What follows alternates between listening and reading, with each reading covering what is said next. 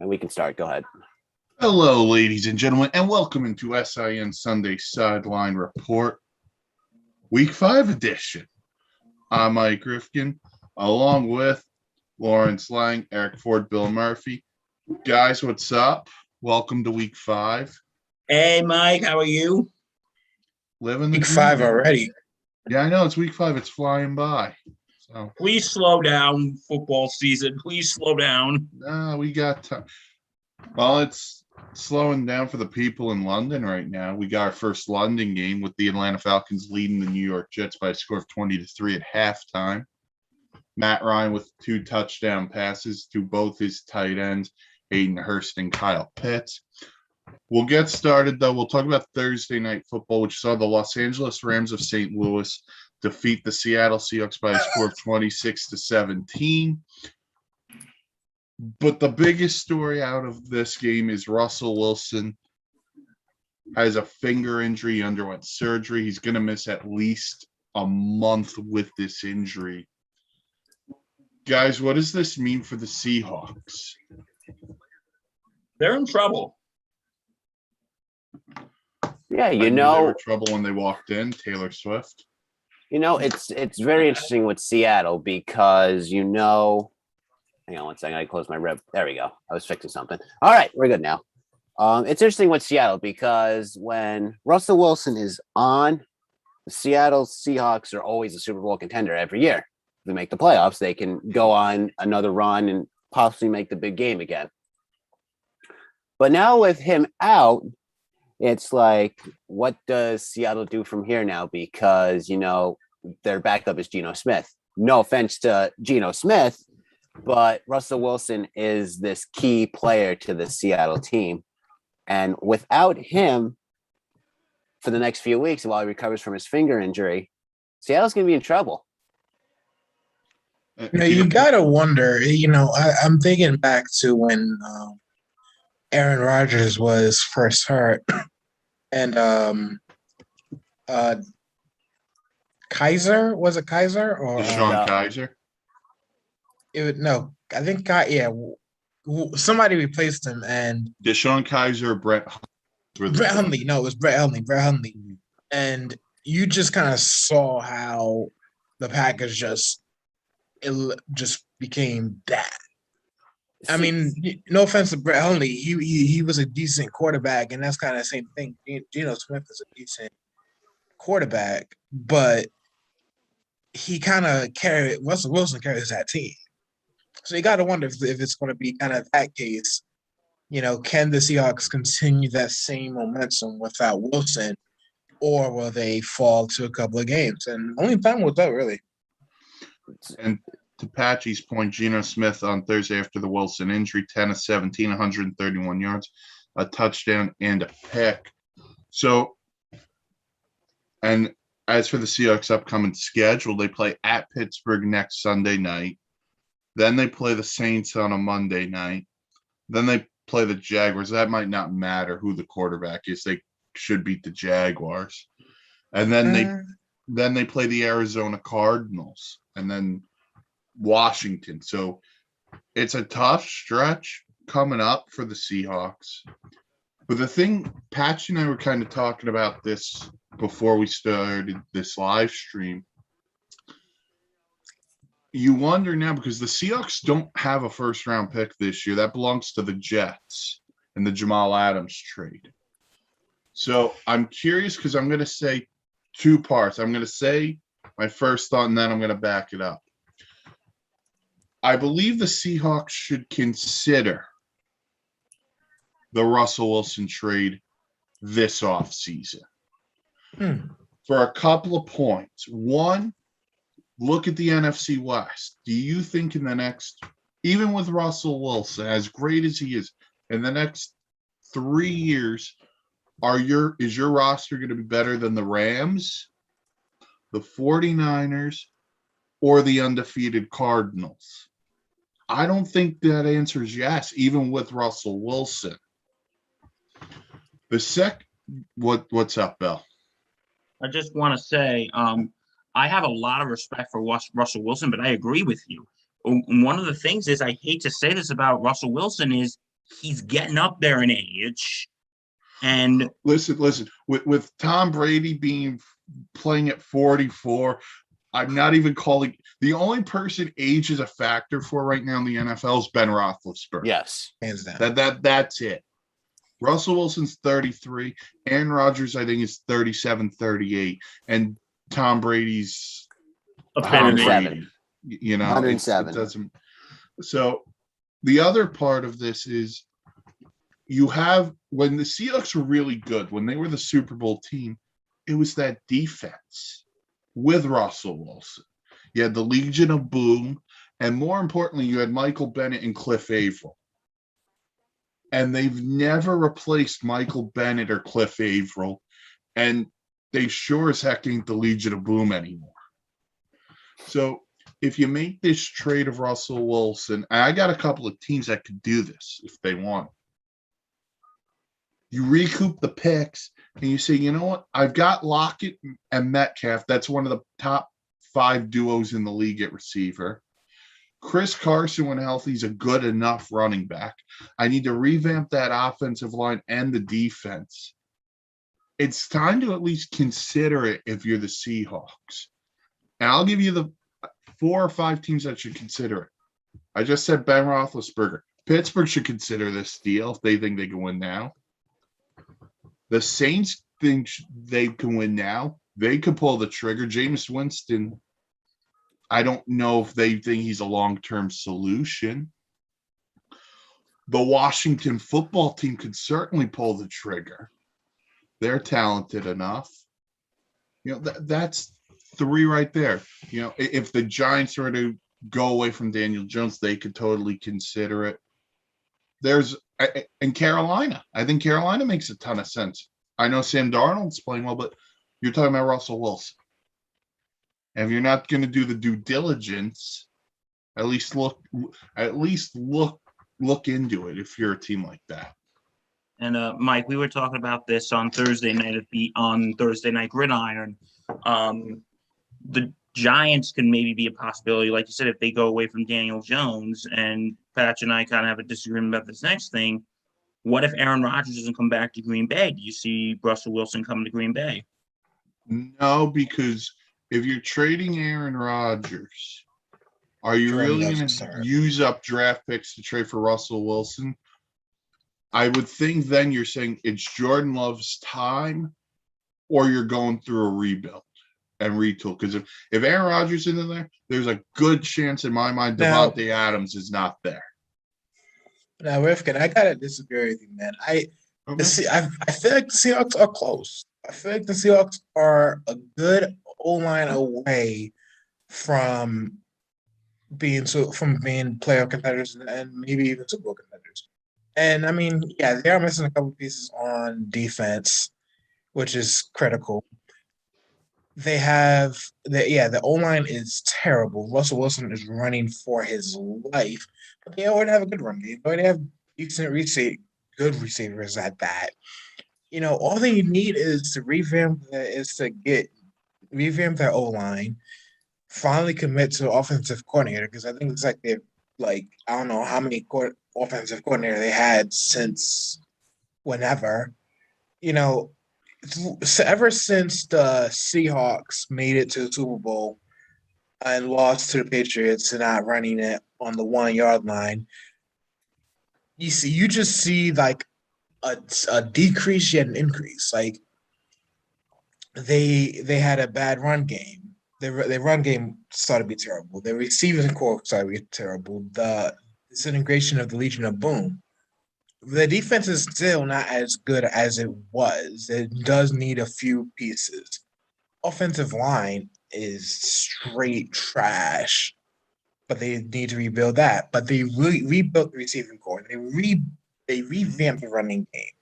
As long as they say health. So I can't see the Seahawks really trading in those pieces. And to be fair, it's not really them. It's really in the organization, because the Seahawks didn't really do good in last year's draft.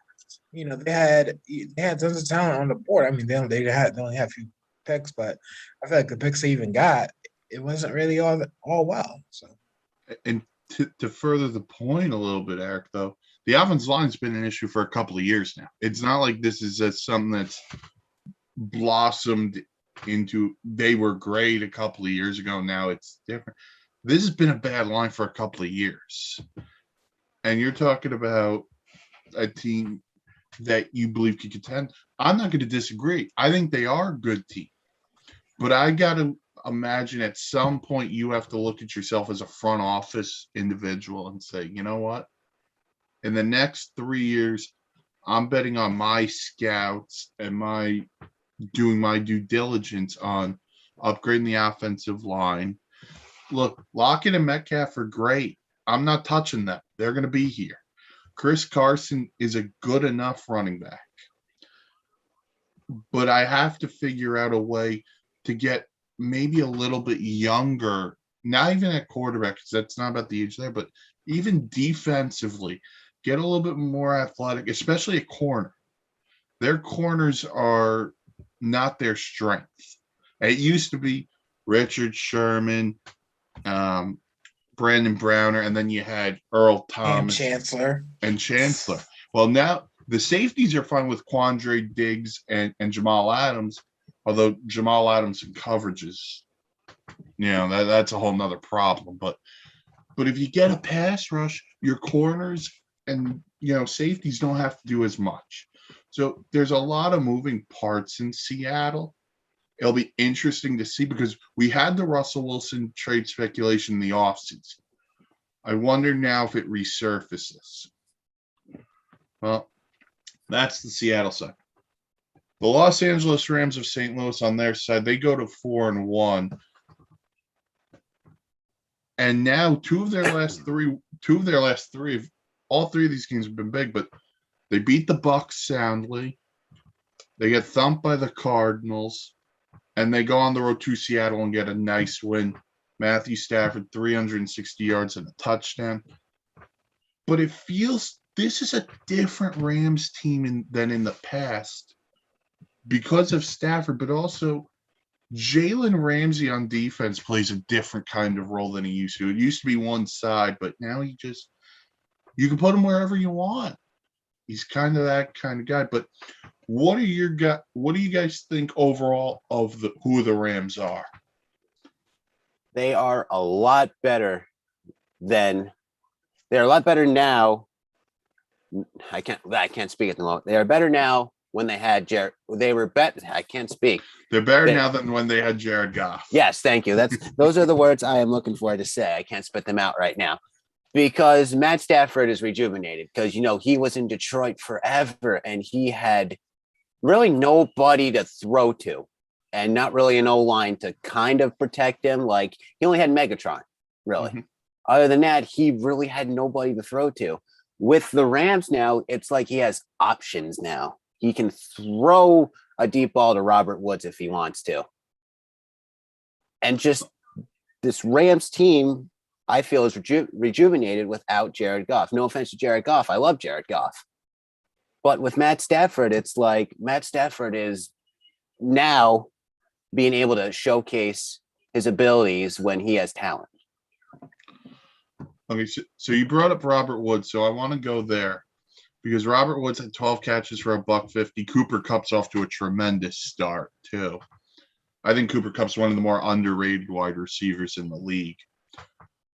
As a duo, where do you think those two guys rank across the league? Because as a QB wide receiver duo, just as the wide receivers, I'm not even going to throw Stafford in there with how much I love Stafford. I think I talked about this on Thursday. I said top 10. Okay. He's in the top 10 of the league. I non-biased opinion, Devontae Adams is still number one. Well, he right, but I'm saying as a combination, they're right up there. But okay, everyone else? The top 10. Top 10. I agree with the rest of the gentlemen here. Top 10. I feel like the Rams feel like they can really complete a mission. Their goal is to win a championship, and you can tell That's been the goal since Sean McVay has been coach, and you can tell. And I feel like they have been just walking on eggshells with Jared Goff. Yes, he's good. He's a good quarterback, but he's not great. Stafford is better than Goff, and no Oh, one yeah. can debate that. No one can debate that. That is not even an argument to be Not even had. an argument. No. Stafford has Stafford- weapons now. Stafford is a great quarterback. He was just dying in Detroit, just like everybody else in Detroit. No offense to the great city of Detroit, but Actually, full offense taken. I don't care. But you see, and now that Stafford is in LA, he's reformed. He's refreshed. The whole team, the team as a whole, just feels so refreshed. They feel so like they feel like they have a purpose. They have one purpose and one purpose only, and that's to win a Lombardi. They didn't do well with golf, and in the Super Bowl, you can tell that they really they wanted golf to really throw out there, but he was making some questionable throws. I mean, it's kind of hard to trust Goff's arm in last minute situations. Stafford that's a different scenario. This dude can throw bombs and He airs it out. complete it. He's good with it. Yeah. So yeah, that's what we see here. You have the Rams with a purpose, and if there's a team that will give Tampa Bay a run for their money, as you saw, it is the Rams. They are a deal, and therefore. Yeah. So for the Rams' upcoming schedule is they play at the Giants next week. Then they play a Matt Stafford revenge game as the Lions go to LA. And then they play the Houston Texans. So that's the Rams' upcoming They're schedule. gonna roll. You said so. You said you have. Where's the first game? It's the Giants, the Lions. Giants, Lions, and Lions, Texans before they play the Titans on a Sunday night. They're going to steamroll all four of those teams. And then they play the Niners on a Monday night. But that's Thursday. We'll get into Sunday games in a minute. I do want to talk about the situation in Jacksonville. If you haven't seen by now the video of Urban Meyer at an establishment, I don't know if it's a bar or a club, with a woman who is not his wife dancing in front of him.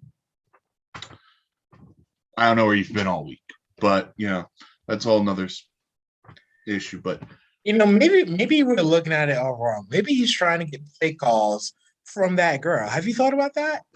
Have you thought about that? Well, listen. I'm not going to dive into that, but I want to dive into Shad Khan, the Jags owner's statement saying Urban Meyer has to regain the trust. Basically, he has to regain the trust of all of his players and the people of the organization.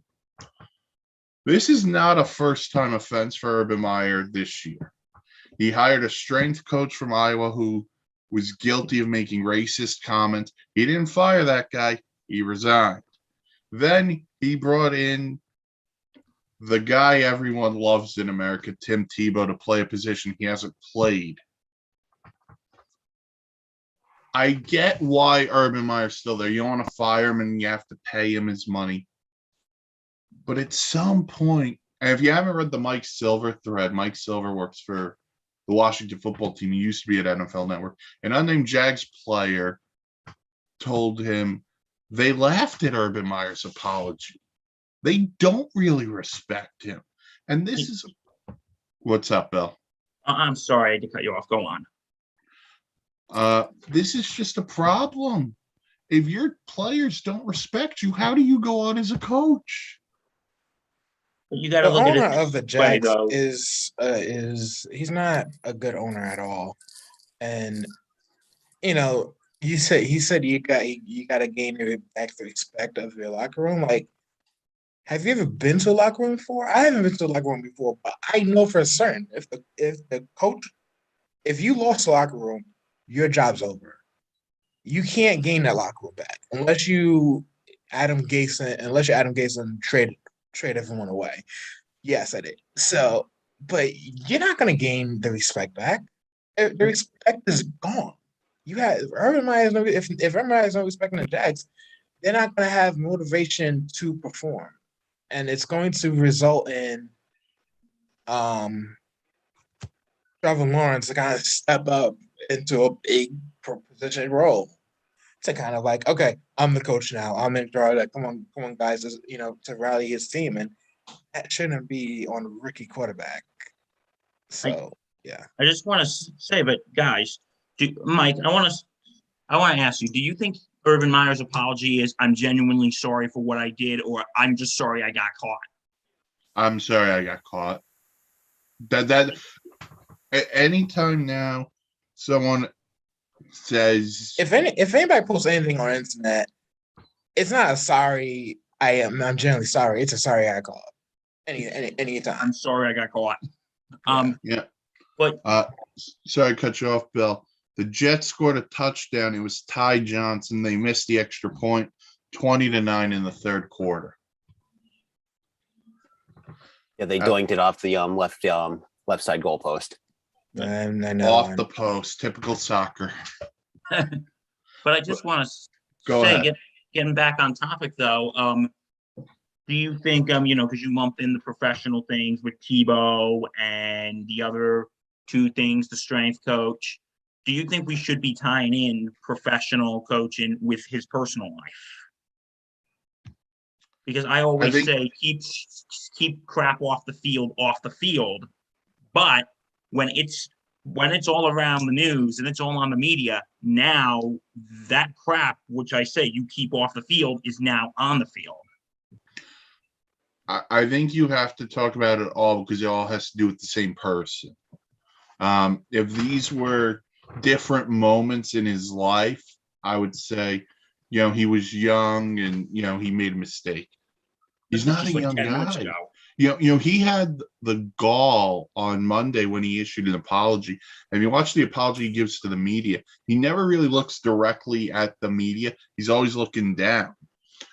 But he had the gall to say, Trevor Lawrence, before the draft, Trevor Lawrence went for his bachelor party in Vegas. And he said, oh, man, just be careful. And this is a guy not part of the organization. And you go out and do this. What kind of example are you setting for the team? Well, not only that, like I think that's the team lost. At its finest. Right. That's a great point, Eric. They're 0-4. And honestly, let's be fair. And he sent his team back. He didn't fly back. His whole team went to Jacksonville. He stayed. He didn't fly back. Yeah. Look, I think we can all agree here. That game last Thursday night against the Bengals was the Jags' best game of the year by far. It was definitely Trevor Lawrence's best game. The problem is this. If you can't lead yourself, how do you lead the team? And he's used to a locker room filled with college kids, and he could parent college kids. These are grown men. How can they respect you if you can't respect yourself? Look, I'm not even going to go into the club stuff. If he's got an issue with that, that's between him and his wife. My biggest concern is you're the head coach and you don't fly back with the team. You could have flown. You make millions. You're telling me you couldn't fly back to Florida just to fly back to Ohio if you really wanted to? They could have made this work. You could have made this work easy. But Mike, it's also and guys, I want to say this and listen. I've been saying I've told you once, I told you twice, and quoting Mick Jagger, this will not be the last time. But how I've been saying, like, ever since Urban Meyer was hired, it's not a good thing because I said you would need someone with professional experience to mold Trevor Lawrence. But I'm not repeating that talking point, but something in the spirit of that. Because the thing is, when you go from college to NFL, you expect a type of maturity in a coach. When you're a college coach, it's like what Mike said. You got to kind of be the parent, but you can kind of have a little fun because it's college. What do you think a bunch of 18, 19, 20, 21-year-old kids do? Sit home and knit?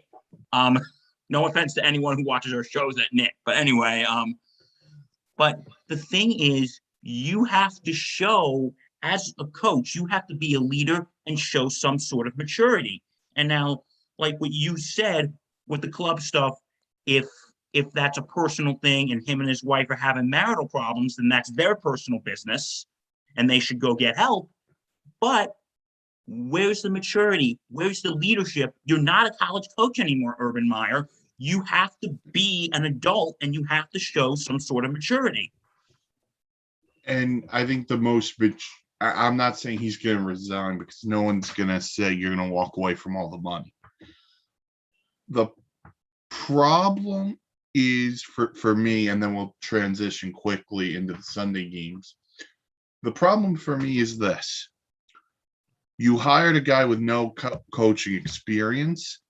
I know in age, he's probably in his mid to late 50s, maybe even early 60s. But the perfect example I'm going to use is a younger guy. I can't see Sean McVay, who coaches in LA, doing a similar thing here. That doesn't happen. That hasn't been caught on tape or anything. You want to be a coach, you want to be respected, you don't do this kind of stuff. All right, let's go into the Sunday games because we got a lot of big games to talk about. Let's start with a battle of two teams that are 3-1. One shouldn't shock anybody. It's the Green Bay Packers, who've won 3 in a row since that debacle week 1 in Jacksonville against the Saints. And the other, by surprise, are the Cincinnati Bengals, who sit at 3-1. Two great quarterbacks, Aaron Rodgers, Joe Burrow, who it's great to see Joe Burrow healthy. But guys, your thoughts on the Packers and the Bengals? Should be a great Sunday afternoon game to watch. You know, Joe Burrow come back from last season with an injury, looking healthy, looking good. The Bengals look good. It's nice to see the Bengals finally good again. On the flip side, it's good to see the Packers for getting that week 1, as you said, week 1 debacle against the Saints, where they only managed 3 points, returning to their true form of kicking ass and taking names. Aaron Rodgers is out to, I would say, once again, prove something, that he can still be Aaron Rodgers and be that MVP caliber quarterback that he is, of course, but proving that he's going to try to take this team to the promised land maybe one more time and not fizzle out in the NFC Championship game if he gets his team there. You know, the Packers and Bengals, man. I've been saying this kind of quietly because I didn't think nobody would believe me. I was like, the Bengals, we look at their O-line, but we definitely overlook the defense. The defense is pretty good. Mm-hmm. Defense is pretty good, and defense can carry that team. I mean, yeah, the O-line is still, but I feel like the Packers defense isn't all that either. So I mean, I've said for years the Packers defense is hit or miss. Yeah, and when that secondary is god awful like it likes to be, the Packers struggle with the deep ball when the deep ball is thrown. Speaking of the Packers secondary, no Jair Alexander today. Yeah, out with an injury. So who's out? Jair Alexander. So T. Higgins, Jamar Chase could have a day. Expect a lot of points. I'm expecting a lot of points in this game. Joe Burrow is a great quarterback. He's going to expect him and T. Higgins to get a lot of passes and connections. Joe Mixon is going to punch it into the end zone like he did allegedly. No, not allegedly. He actually did it, but that's not the point. What are we talking about? And Aaron Rodgers, no one's going to guard. No one on the I don't think no one on the Bengals can really guard Adams. I think the run game with Aaron Jones. With Jones, that it may not that's going to be hit or miss. I mean, yeah, Aaron Jones is a great running back, but the Bengals got a good defense. So in that front, it's really good. So that may be iffy, but I'm expecting Rodgers to really air it out. Robert Tonyan is going to, he's going to get some receptions. and Burrow to Higgins. You're going to see a lot of connection. And this is not me taking a shot, but if you look at the Bengals schedule, they've beaten the Vikings, the Steelers, who that's probably their best win, and the Jags, and their losses to the Bears. So this is, and look, I know where the Bengals are coming the from. Bears was even. They shouldn't. They should have won that game. Won. Yeah, that's a game they should have won. But I'm not saying this to be mean, but this feels like the first real test for the Bengals.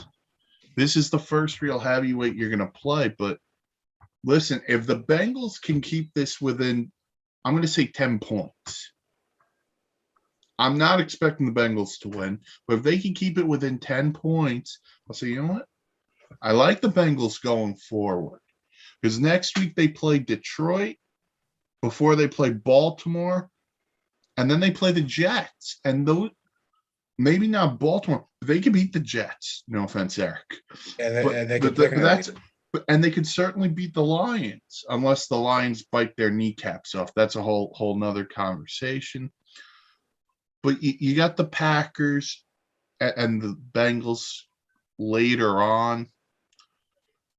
That'll be a 1:00 game. Another 1:00 game is an interesting one in the NFC because you have two teams sitting at 2-2. You have the New Orleans Saints traveling to Washington to play the football team. Jameis Winston, man, he's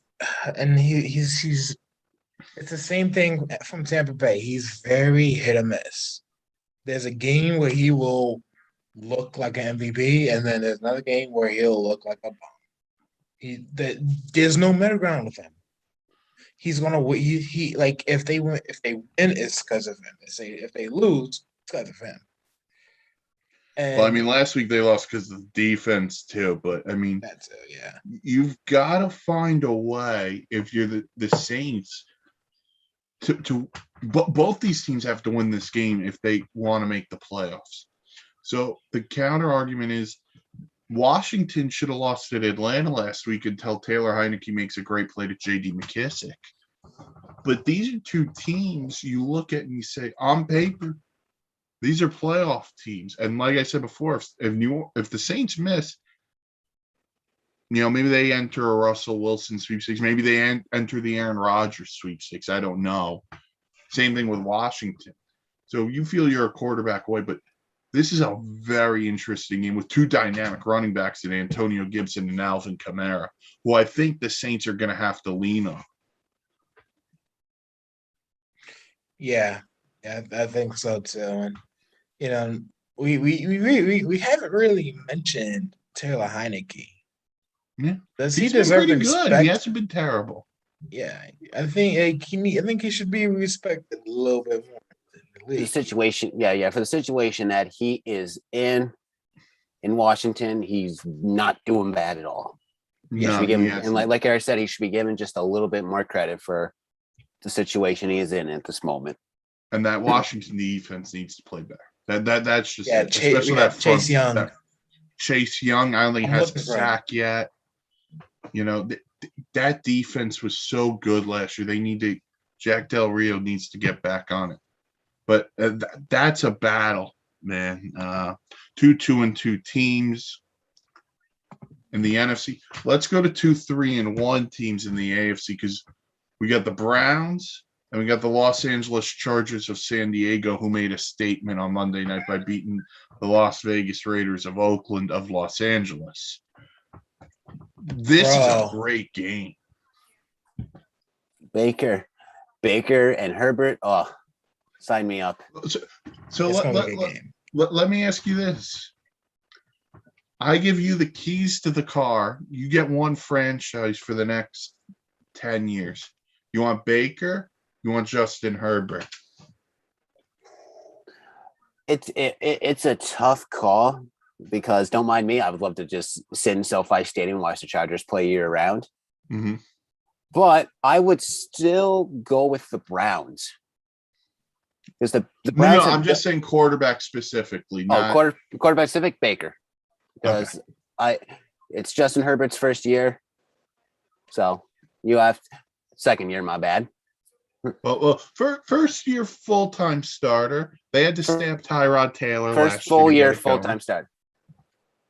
Still, I want to give me another year with Justin Herbert, and then no, give me to the end of the season, and then I can reassess the question again next year. Mhm. But as of now, I'm still going to go with Baker because Baker, once again, is trying to prove that the Browns are Super Bowl contenders.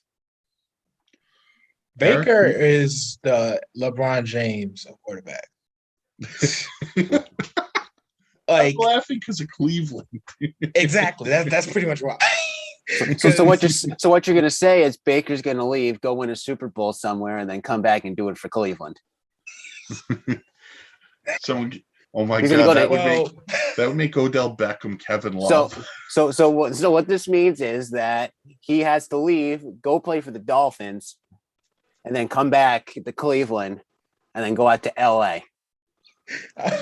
Okay, well, I mean that might happen, but no, like Cleveland is actually giving him some help. Unlike I said to LeBron James the first year, we're not going to go to that. We're talking about football, but Baker, yeah, see, he's the real deal. I did not think he's the real deal. He is carrying this team on his back.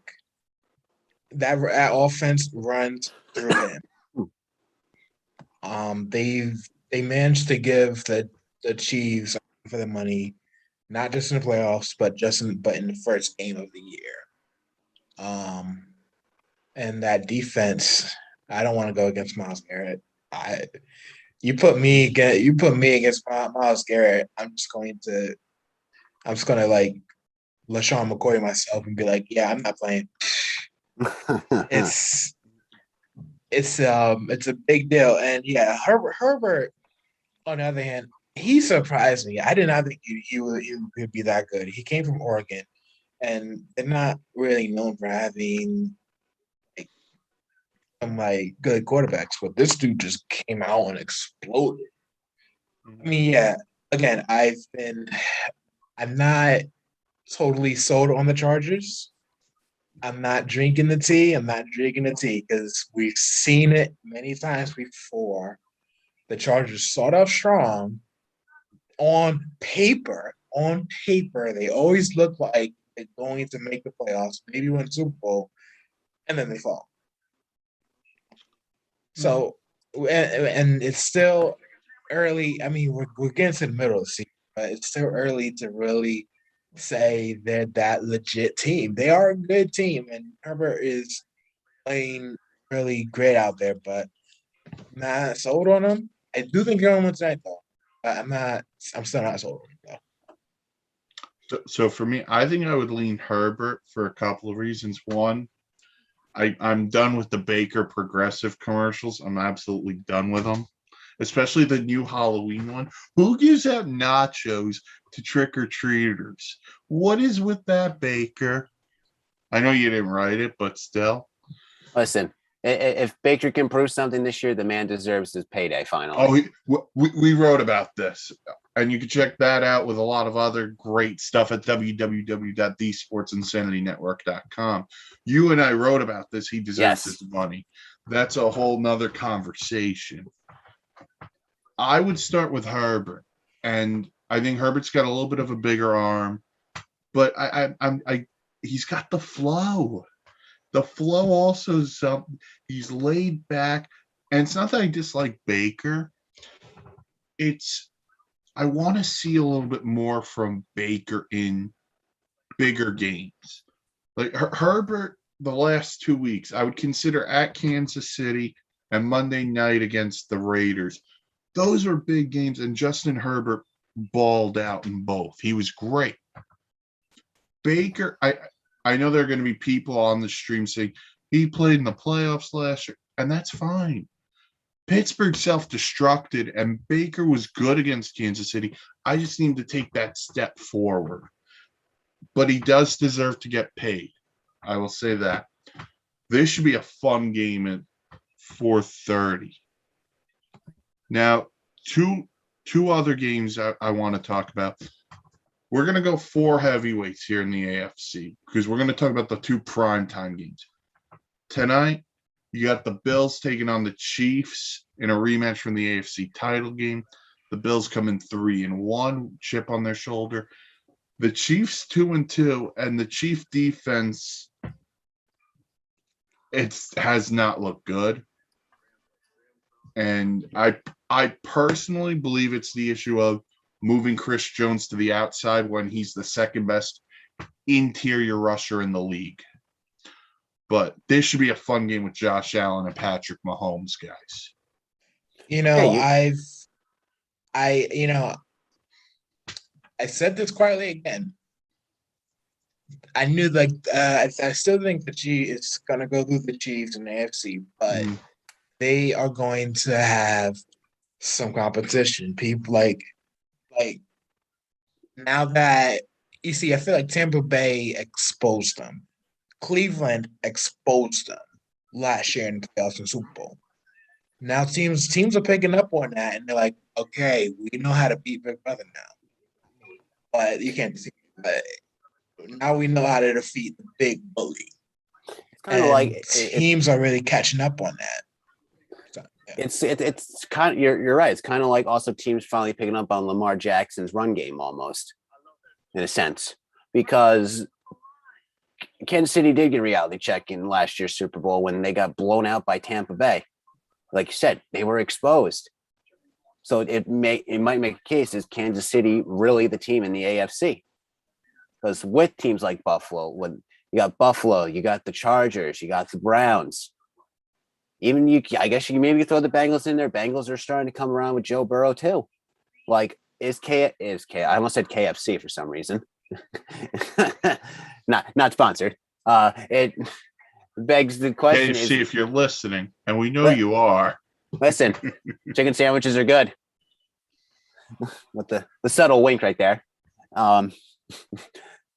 Like I said, is Kansas City once again? Kansas City, maybe they're not the team anymore in the AFC, and it's going to be a case in point tonight. Can they beat this Buffalo Bills team?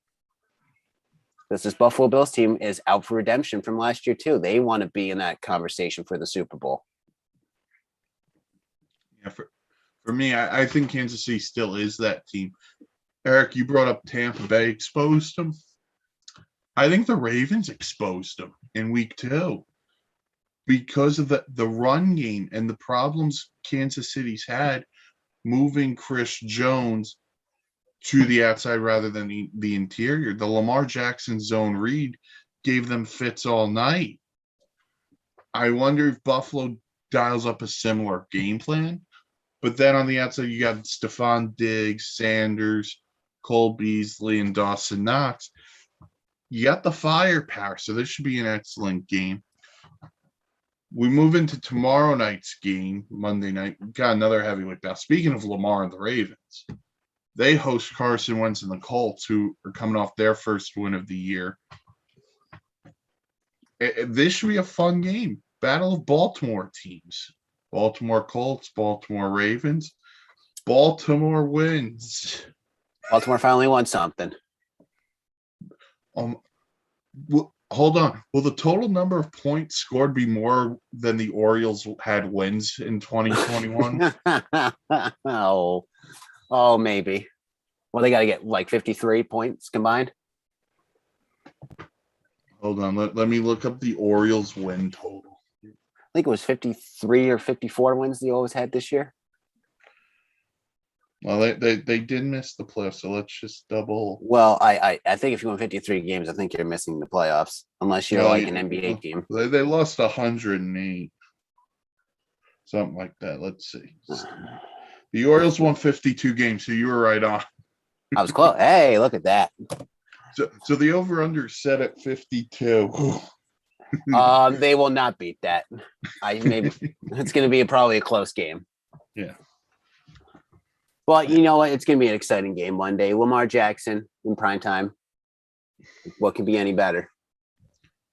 Lamar Jackson going to run it. Beforehand. All right. Here's the question: will Lamar Jackson rush for more than 52 yards? Yes. Yeah. He does it in his sleep. Lamar Jackson runs like I used to run, man. Is that good or bad? dude, when you're The answer is yes. the answer is yes. I want to say one more thing. I think one more game we're forgetting is always the typical Giants Cowboys game. I left that off purposely, mainly because every year we say that, but we can go here because I do want to close out Colts Ravens though. Close game. Carson Wentz is underratedly played very well for the Colts. So, if he could keep playing like that, they're going to win some games eventually. The start to the season's been brutal schedule-wise. We'll see what happens. But transitioning into Giants Cowboys, this is a big game for a number of reasons. If the Giants win, they can climb back into the NFC East.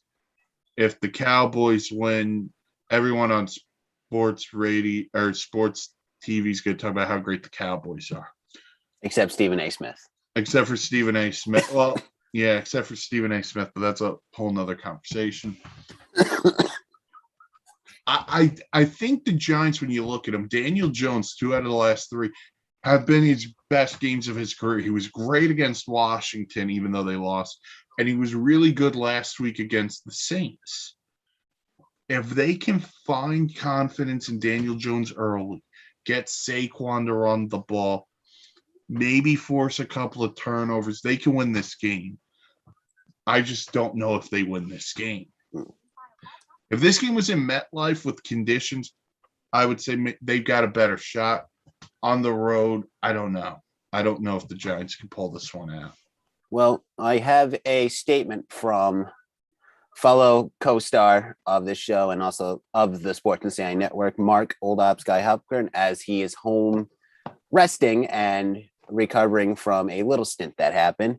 He says, to open quote, today's 4:00 game against the Cowboys and the Giants is a great matchup in the NFC East.